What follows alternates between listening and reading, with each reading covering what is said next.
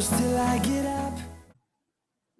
Halo teman-teman, kami dari kelompok 2 akan mempresentasikan materi yang berjudul Ekonomi Kreatif sebagai unsur penting ekonomi oranye. Sebelumnya, perkenalkan nama saya Putusani Krisnaningrat dengan NIM 19075111295. Definisi ekonomi kreatif merupakan kegiatan ekonomi dalam masyarakat yang menggunakan ide-ide baru yang tidak berulang, karena apabila masyarakat menghasilkan ide, hal tersebut merupakan sesuatu yang penting untuk kemajuan dan akan selalu ada orang-orang yang akan membayarnya. Ekonomi kreatif di berbagai negara.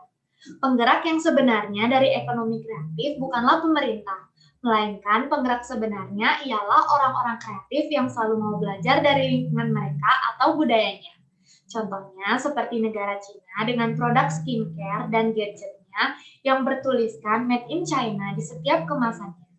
Kemudian ada juga industri perfilman yang dibuat oleh negara Korea dengan yang sering kita dengar yaitu drakor atau drama Korea. Berikut merupakan cara Inggris untuk mendukung industri kreatif serta memberikan pelajaran untuk negara lain. Yang pertama ada keterampilan, dan yang kedua ada strategi regional.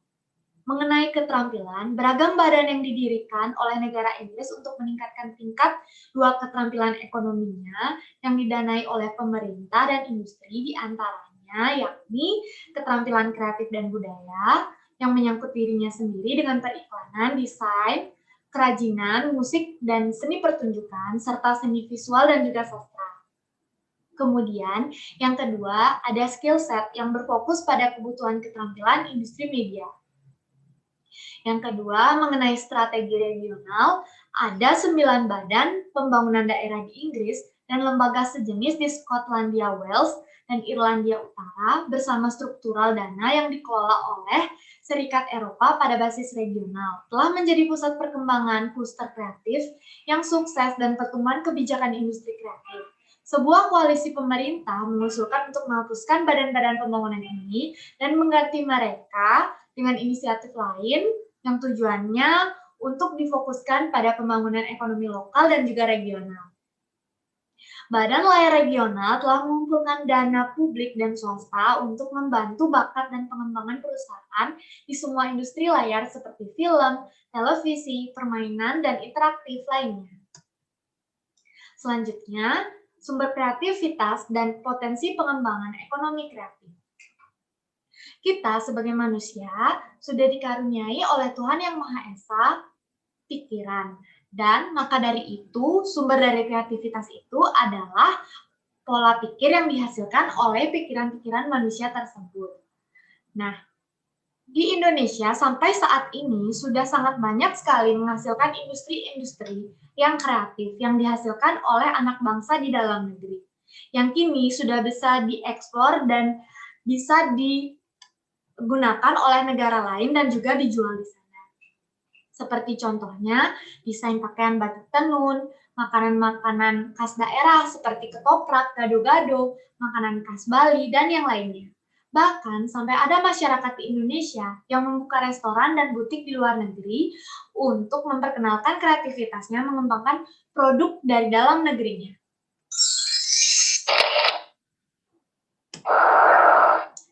Selanjutnya, mengenai sektor ekonomi kreatif di Indonesia akan dijelaskan oleh rekan saya, Jessica. Terima kasih.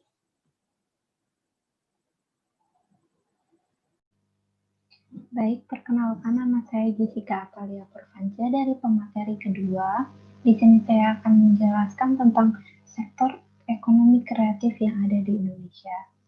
Di sini dijelaskan bahwa sektor ekonomi kreatif ini lebih tepatnya sebagai industri kreatif yang ada di Indonesia ini merupakan suatu industri yang dihasilkan dari kreativitas, keterampilan, dan juga bakat dari anak bangsa. Dalam sektor ekonomi kreatif ini bisa dilihat ada 4 yang menciptakan keunggulan, yaitu yang pertama ada pembukaan lapangan pekerjaan, di mana lapangan pekerjaan ini dapat bertambah dan menekan angka pengangguran yang ada. Yang kedua ini ada penekanan pengangguran, di mana berkurangnya jumlah pengangguran yang ada. Yang ketiga ini ada kompetisi dunia bisnis yang sehat, di mana dalam dunia bisnis yang sehat, kita harus bisa bersaing atau berkompetisi dengan pola pikir yang sehat juga. Yang keempat, di sini ada masyarakat menjadi lebih kreatif dan juga dapat meningkatkan inovasi pada sektor industri lainnya. Kemudian di sini ada sektor ekonomi kreatif di Indonesia yang merupakan ciri bahwa ekonomi kreatif di Indonesia ini atau yang bisa disebut juga sebagai bisnis gaya hidup ini yaitu cara berekspresi pada kepribadian dan juga minat miliknya dan bukan sebagai tujuan utama dari bisnisnya yaitu untuk tumbuh dan menghasilkan keuntungan. Pada kemunculan ekonomi kreatif di Indonesia ini tidak lepas dari campur tangan masyarakat ekonomi ASEAN yang telah berkembang selama beberapa tahun lamanya. Dalam masyarakat ekonomi ASEAN ini, industri kreatif ini diharapkan bisa membantu dan memajukan perekonomian yang ada di Indonesia. Selanjutnya di sini ada aspek keempat yaitu ada stakeholder pengembangan ekonomi kreatif di mana pada buku John Hawkins di situ pernah dikatakan bahwa kreativitas akan muncul apabila seseorang dapat berbuat, berkata maupun mengerjakan hal-hal yang baru untuk sesuatu yang tadinya tidak ada menjadi ada. Dalam konteks ekonomi kreatif ini, lebih bertujuan pada sesuatu yang tindakannya bertujuan untuk menciptakan hal yang baru, baik dalam bentuk produk maupun dalam bentuk jasa. Dalam pemerintahannya memang memiliki peran yang sangat penting dalam proses pemeliharaan kreativitas dan juga individu, tetapi pergerakan sebenarnya pada aspek ekonomi kreatif ini yaitu orang-orang kreatifnya pada hakikatnya itu terbentuk karena budaya tempat tinggal mereka sendiri. Dalam pembuatan kebijakan ekonomi kreatif ini yang efektif itu sangat penting demi memajukan pembangunan yang berkelanjutan pada kompetitif ekonomi kreatifnya. Struktur dalam ekonomi kreatif ini berkembang serta dibentuk oleh rangkaian intervensi pemerintah. Sekian presentasi dari saya, akan dilanjutkan oleh teman saya. Perkenalkan, nama saya Ketut Pranya Dewi dengan NIM 1907511243. Di sini saya akan mempresentasikan materi tentang hambatan dan strategi pengembangan ekonomi kreatif di Indonesia. Pendidikan juga dapat menjadi salah satu hambatan atau kendala untuk pengembangan ekonomi kreatif karena kurangnya kemampuan manajerial dan kompetensi ekonomi. Sehingga pengembangan manajemen bisnis dapat berpengaruh pada aspek ekonomi seperti kegiatan manajemen pemasaran di samping kegiatan lainnya. Sehingga sulit menerapkan manajemen yang profesional. Manajemen pemasaran adalah proses perencanaan dan pelaksanaan pemikiran, penetapan harga, promosi, serta penyaluran barang dan jasa untuk menciptakan pertukaran yang memuaskan tujuan individu atau organisasi. Yang berarti bahwa manajemen pemasaran adalah proses yang melibatkan analisis perencanaan, pelaksanaan, dan pengendalian antara barang, jasa, dan gagasan lainnya dengan tujuan menghasilkan kepuasan bagi pihak yang terkait. Namun, hambatan pengembangan ekonomi kreatif yang paling menonjol adalah pada akses bahan baku, pemanfaatan teknologi itu sendiri, persoalan permodalan bagi pelaku usaha, dan juga perlindungan hak cipta industri kreatif. Strategi yang mungkin dapat membantu perkembangan ekonomi kreatif yaitu yang pertama, memanfaatkan kreativitas, inovasi, dan keunikan yang berpotensi di sekitarnya. Yang kedua, meningkatkan kualitas sumber daya manusia dengan melaksanakan pembinaan tentang manajemen. Yang ketiga, bantuan pemerintah dalam perkuatan modal untuk meningkatkan hasil produksi. Yang keempat, bantuan pemerintah tentang hak cipta ekonomi kreatif. Peran ekonomi kreatif dalam pembangunan. Yang pertama, ekonomi kreatif dapat mendorong terciptanya pendapatan, lapangan kerja, dapat mempromosikan aspek-aspek sosial, kebudayaan, dan pengembangan sumber daya manusia. Yang kedua, ekonomi kreatif dapat memperkuat ekonomi, di mana dapat meningkatkan pendapatan dalam sektor pariwisata karena adanya promosi dalam lingkup kebudayaan, dan hal unik lainnya serta aspek-aspek sosial dengan tujuan wisata.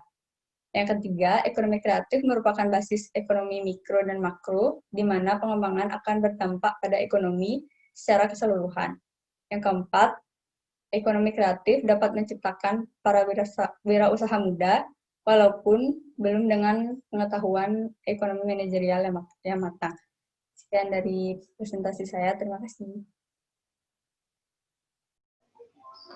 Baik, di sini saya akan menyimpulkan tentang ekonomi kreatif yang ada di Indonesia atau industri ekonomi kreatif yang ada di Indonesia, atau bisa juga menurut John Hopkins, yaitu merupakan sesuatu kegiatan perekonomian yang ada di dalam masyarakat dengan menggunakan ide-ide atau suatu gagasan-gagasan yang baru dan tidak berulang. Pada dasarnya, masyarakat menghasilkan ide-ide atau menciptakan hal yang baru ini merupakan sesuatu hal yang paling penting untuk memajukan, dan juga akan selalu ada orang-orang yang bisa membayarnya demi memajukan perekonomian. Pergerakan sebenarnya dalam ekonomi kreatif ini tidaklah dari aspek pemerintahannya, melainkan dari orang-orang yang bisa berkreativitas. Penggerak ini sebenarnya bisa dipelajari dari lingkungan tempat tinggal atau budayanya. Di sini sektor ekonomi kreatif atau lebih tepatnya industri kreatif di Indonesia merupakan industri yang dihasilkan oleh keterampilan, kreativitas, dan juga minat bakat dari setiap individu. Dalam konteks ekonomi kreatif ini, lebih bertujuan pada suatu tindakan yang baru atau menciptakan sesuatu yang hal baru, bisa dalam bentuk barang maupun jasa. Dalam hal ini, aspek hambatan pengembangan ekonomi kreatif ini lebih menonjol pada aspek bahan bakunya. Dalam pemanfaatan teknologi itu sendiri, persoalan pemodalan di pelaku usaha maupun perlindungan hak cipta industri kreatif, inilah yang menjadi peranan penting bahwa ekonomi kreatif itu sangatlah berperan penting pada pertumbuhan dan juga pembangunan ekonomi. Sekian kesimpulan dari saya, dan sekian presentasi dari kelompok 2. Terima kasih.